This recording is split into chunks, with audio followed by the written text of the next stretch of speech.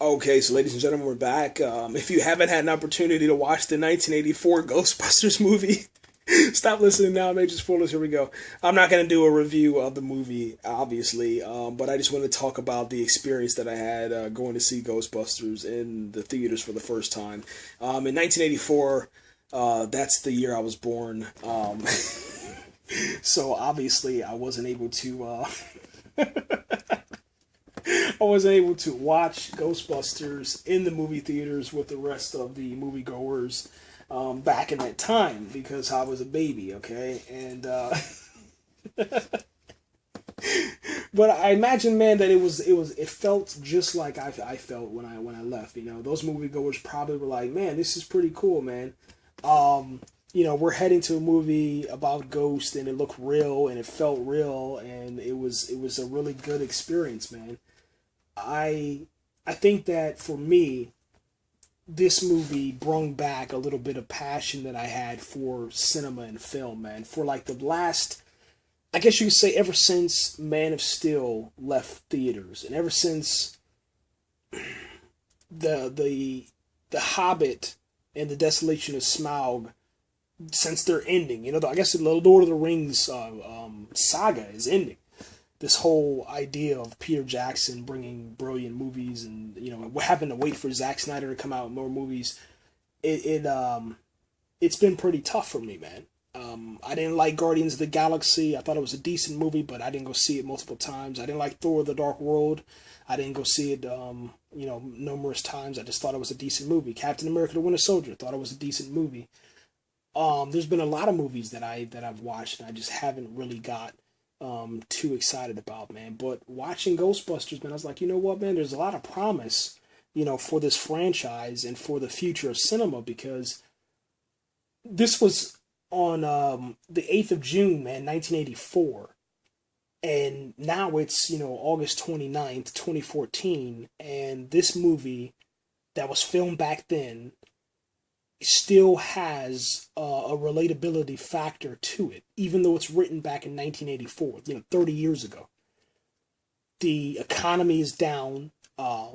Job security is a bitch, let's be honest. The whole entire future is not bright, man, but they touched on that. Even back then, they were able to touch on that with that script, man. And I just thought it was just brilliant. I thought it was brilliant, man. They have updated the graphics, the CGI, the animation. They didn't change anything. They didn't take out the World Trade Center, which I was kind of worried that they were going to do that.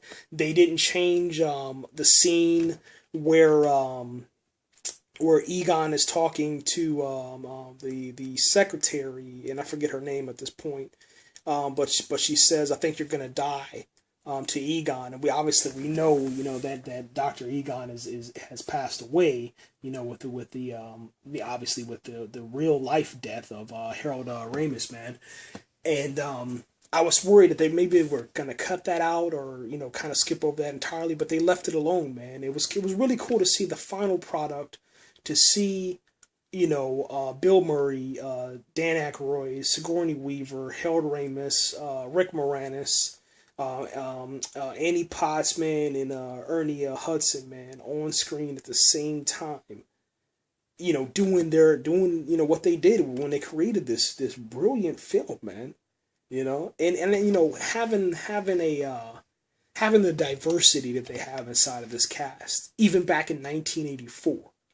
Compared to the hundreds of movies that have been out since that time, that you can't even get, for some reason, that you can't even get a cast that represents the entirety of America. It just goes to show, man, they really put in time for this, man. This is a brilliant film, man. I can't say it enough. Seeing Slimer on the big screen come towards the screen, making his crazy noise and the sound effects, it was just absolutely nuts, man. It was just nuts. And then if you see the the Stay Puffman, the big marshmallow dude, I mean, it was crazy. I can't even, I had a blast watching this movie, man. I had a blast. I had really, really, really loved it. And I cannot wait, man, for Ghostbusters 3. Like I said, man, I gave this movie 10 out of 10 stars. It was perfect. And I'll be honest with you, this Ghostbusters, because when I first watched Ghostbusters, I think it was probably like in like 1999, maybe 2000. I didn't like it. I watched it again after the death of Harold Ramis, man, and I liked it a little bit more. But still, I always preferred Ghostbusters 2. Maybe it's because I didn't grow up with this one. I didn't really grow up with Ghostbusters. I grew up with Ghostbusters 2 because it was in 1989 at that point, and I was a little bit older, obviously. And I do remember watching that Ghostbusters 2 on VHS. Obviously, I watched Ghostbusters 1 on VHS also, but just watching it with the quality of the theater and the cinema was just so much better, man. I really, really enjoyed it, and I have a newfound appreciation for this series, man. I hope that they really do come out with Ghostbusters 3. I hope that they move forward with the project. I think it would just be great for the fans like myself.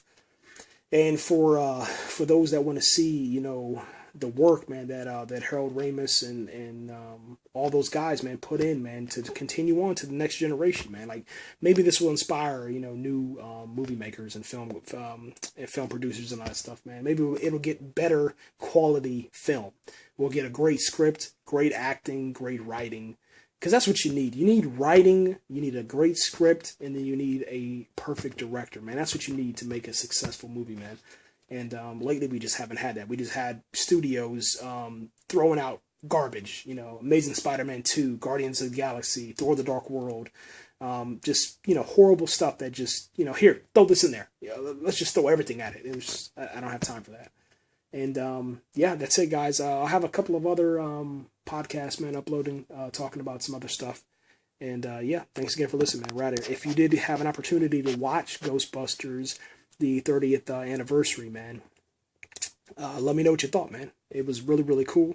And I can't wait to hear you guys' comments, man. Right here.